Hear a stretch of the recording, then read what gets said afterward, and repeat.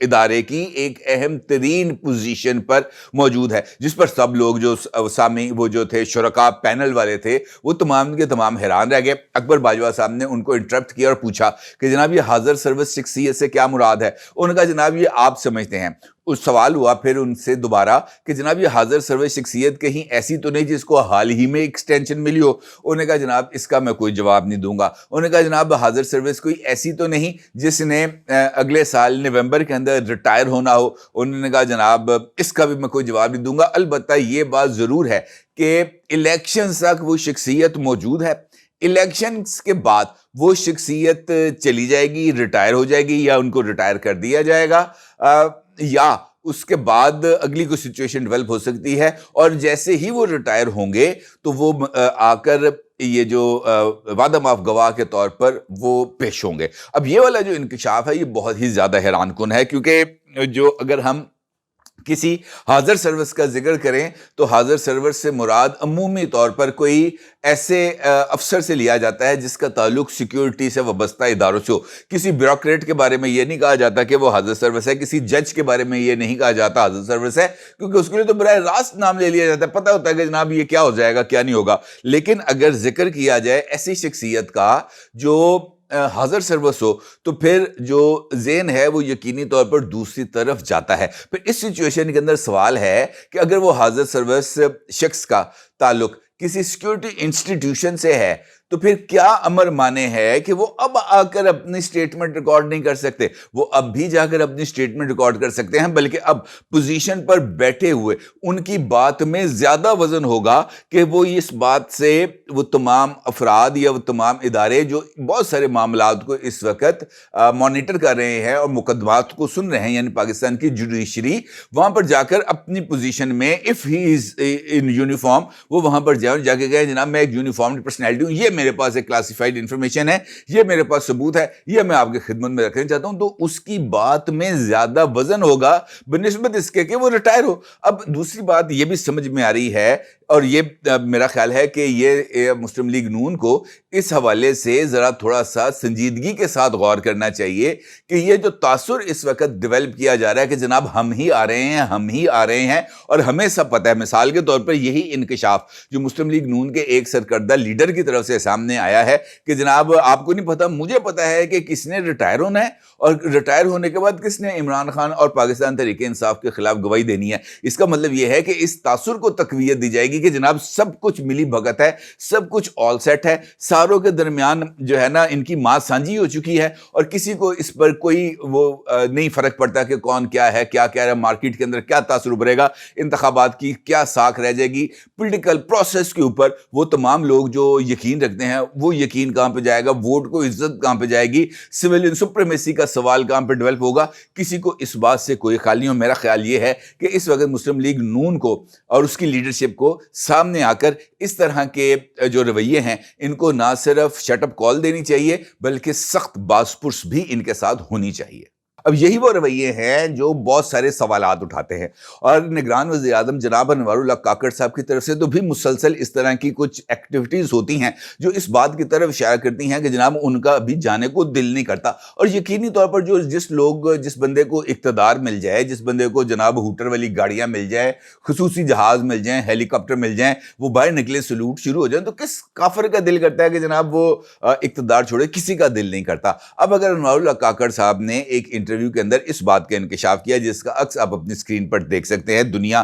اخبار کی یہ لیڈ سٹوری ہے جس کا عکس آپ دیکھ رہے ہیں اس وقت اپنی اسکرین پر، اور وہاں پر اس بات کا یہ کہا جائے کہ جناب یہ جو سیکیورٹی لہر ہے یہ خطرناک ہو سکتی ہے، تو اس کا مطلب یہ ہے کہ ہم ایک قسم کی ذہن سازی کر رہے ہیں کہ جناب الیکشنز ہونے ہیں، 8 فروری کی تاریخ آ گئی ہے، لیکن امن و امان کی سچویشن کو آپ نے ذہن میں رکھنا ہے، اور اگر امن و امان کا سوال ڈیولپ ہو جائے گا تو پھر انتخابات کے اوپر بھی سوالیہ نشان اٹھ جائے گا۔ پھر جب اس طرح کی بات سامنے آتی ہے تو پھر یہ تحقیق ہونا تو ضروری ہے کہ ایسا کیا ہوا ہے جس نے اس سارے معاملے کو ایک دم اس کے اوپر کوسچن مارک لگایا۔ تو اس پر اس بات کا انکشاف ہوا کہ ایک خفیہ ادارہ ہے جس کا نام ہے انٹیلیجنس بیورو۔ انٹیلیجنس بیورو کی طرف سے 22 نومبر کو ایک رپورٹ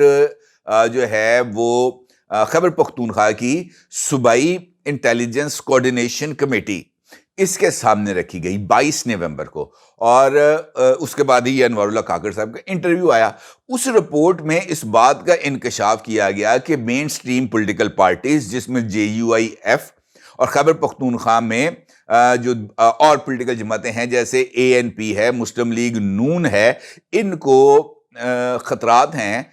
سیکیورٹی کے، اور اس رپورٹ میں اس بات کا انکشاف کیا گیا ہے کہ یہ جماعتیں اور ان کے قائدین اس وقت دہشت گردوں کے مبینہ طور پر نشانے میں ہیں۔ رپورٹ کے مطابق محکمہ داخلہ و قبائلی امور نے یہ جو خطرات ہیں اس سے صوبائی حکومت کو آگاہ کیا، اور یہ بات کہی گئی کہ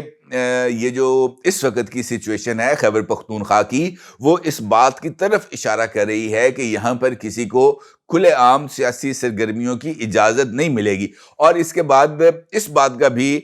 جو ہے وہ اعلان کیا گیا، اس رپورٹ میں انکشاف کیا گیا کہ گزشتہ دنوں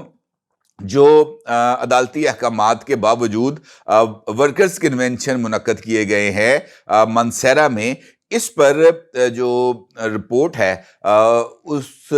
کے اوپر عمل درآمد کرانے کے لیے نوٹس لیا جائے گا، اور یہ کہا جائے گا کہ جناب یہ کون سے لوگ ہیں جنہوں نے ان احکامات کی یعنی سیکشن 144 کی امپوزیشن کی خلاف ورزی کی۔ اور اس کے بعد ہم نے دیکھا کہ ابھی بھی خیبر پختونخوا میں شیر افضل مروت اور دیگر لوگوں کے خلاف دیر بالا میں ورکرز کنونشن کرنے کے اوپر بھی جو ہے وہ مقدمہ درج کر لیا گیا ہے۔ اچھا، اس رپورٹ کے اندر یہ بات کہی گئی ہے کہ افغان سرحد کے قریب یا قبائلی اضلاع سے ملحق علاقوں میں یہ جو بد امنی ہے اس کے خطرات بڑھ رہے ہیں، اور رپورٹ کے اندر کچھ فگرز بھی دیے گئے، بتایا گیا کہ جون کے اندر کیا ہوا تھا، کتنے حملے ہوئے تھے، جولائی میں کتنے حملے ہوئے تھے، کون کون سے جگہ پر کہاں کہاں پر املاک کو نقصان پہنچایا تھا، اور الٹیمیٹلی اس بات کا ذکر کیا گیا کہ یہ جو حالات ہیں اس سیکوینس کے اندر یہ بتایا جا رہا ہے کہ صورتحال انتخابات کے قریب خراب بھی ہو سکتی ہے۔ اور پھر یہ بھی کہا گیا کہ سیاسی جماعتوں کو سیاسی سرگرمیوں کے لیے NOC حاصل کرنا ہوگا اور SOPs پر عمل کرنا ہوگا۔ اس کا مطلب یہ ہے کہ اگر یہ رپورٹ IB کی اور انوار اللہ کاکڑ صاحب کے خدشات درست ہیں تو خیبر پختونخوا کے اندر کوئی سیاسی جماعت انتخابی مہم نہیں چلا سکے گی، اور کیونکہ وہاں پر جو ہے وہ جان و مال کے خطرات لاحق ہیں۔ اب اس سچویشن کے اندر جب انتخابات کا انعقاد ہونا ہو، وہاں پر اس طرح کے امن و امان کے سوالات کو ڈیولپ کرنا اسی تاثر کو تقویت دے گا کہ ڈر گئے نے، باجی ڈر گئی۔ اس کا بھی مطلب یہی ہے کہ باجی ڈر گئی ہے، اور پاکستان تحریک انصاف کے ساتھ اب 100 طرح کے اختلاف کریں لیکن وہ اس تاثر کو مزید تقویت دینے کے لیے اس طرح کے اور اقدامات کریں گے، ان کو روکا جائے گا اور یہی تاثر کو ڈیولپ کیا جائے گا۔ اس کا مطلب یہ ہے کہ خدا نخواستہ اگر ان خدشات میں صداقت ہے تو نہ صرف انتخابات کے اوپر سوالیہ نشان ہے، بلکہ ان انتخابات کے انعقاد کے ساتھ ساتھ وہ تمام لوگ جو پولیٹیکل جو اس وقت کی سچویشن ہے یا ان پولیٹیکل ایکٹیویٹیز میں شریک ہونا چاہیں گے، ان کے جان و مال کے اوپر بھی شدید ترین تحفظات ہیں۔ اس کا مطلب یہ ہے کہ خیبر پختونخوا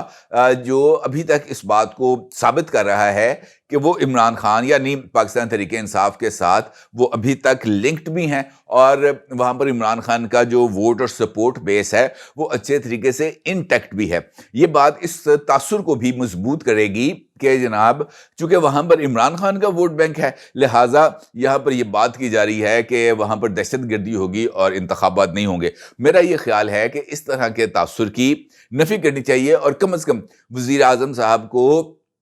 انٹرویوز کے دوران اس طرح کے خدشات کا اظہار نہیں کرنا چاہیے جس سے انتخابات کے انعقاد کے اوپر بھی سوال اٹھے، اور بعد نظر میں اس بات کی طرف بھی سوال اٹھے کہ جناب سپریم کورٹ نے 8 فروری کو الیکشنز کو پتھر پر لکیر قرار دیا ہے، اس لکیر کو مٹانے کی کوشش کی جا رہی ہے، اور اس عمل پر یقینی طور پر جو سوالات ہیں وہ اٹھیں گے بھی، اعتراضات بھی سامنے آئیں گے، اور جو نیگیٹو کیمپین ہے چونکہ وہ زیادہ لوگوں کو اپنی طرف اٹریکٹ کرتی ہے تو یہ زیادہ اٹریکٹ ہوگی، اور اس کا ڈائریکٹلی اور انڈائریکٹلی فائدہ کسی اور کو نہیں بلکہ صرف پاکستان تحریک انصاف کو ہی ہوگا۔ اپنے رائے کا ضرور اظہار کیجیے گا۔ آپ کا بہت شکریہ۔ اللہ حافظ۔